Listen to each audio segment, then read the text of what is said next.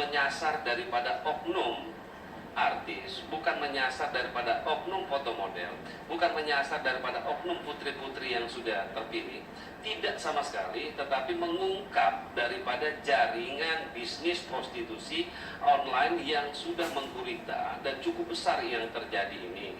Ini adalah bukti bahwa kita melakukannya serius dengan beberapa oknum yang kita nyatakan sebagai tersangka.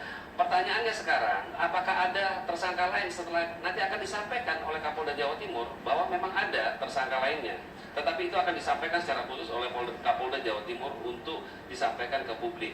Dan sekali lagi, Polda Jawa Timur adalah konsen terhadap yang namanya konsentrasi terhadap pengungkapan kasus ini. Nah, bayangkan saja ketika mucikari ini kita ungkap empatnya, dan akan terjadi lagi hal-hal yang menarik yang akan nanti kita ungkapkan ke publik. Pesannya adalah memang bahwa prostitusi online ini sudah sangat luas sekali menyebar, dan itu yang menjadi konsentrasi kita dalam rangka kita mengungkap prostitusi online. Oke.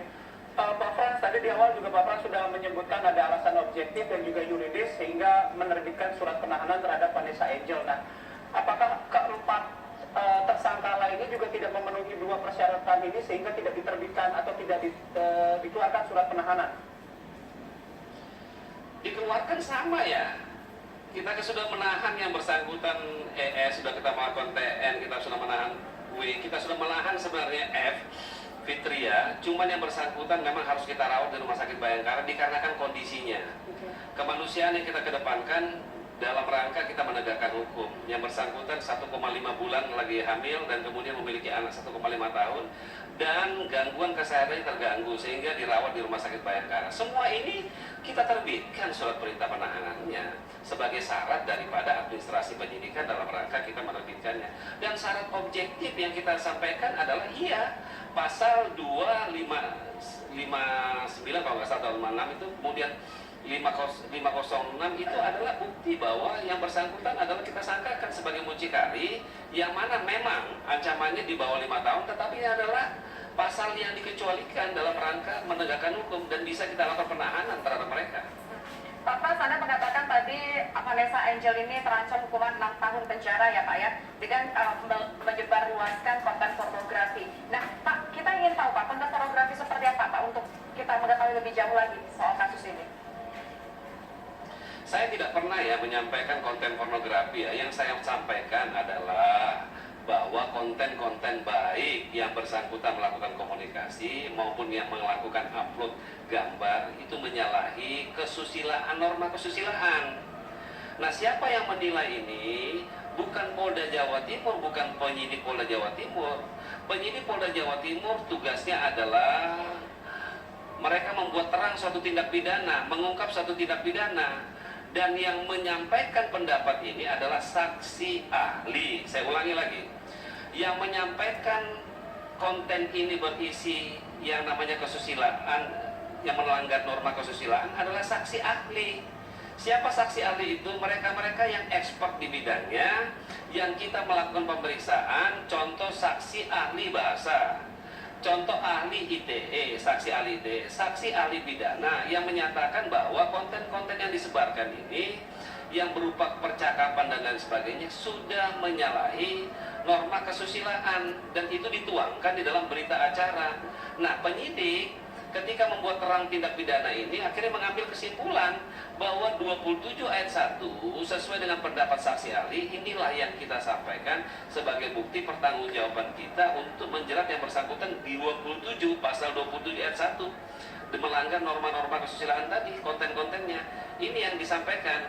Jadi saya tidak pernah menyampaikan bahwa itu porno dan sebagainya. Oke, Pak, artinya ini bisa dikatakan VA ini mengeksplorasi dirinya, kemudian memuat di jaringan elektronik dengan intensi untuk mendapatkan keuntungan. Itu yang dikenakan pasalnya itu, Pak.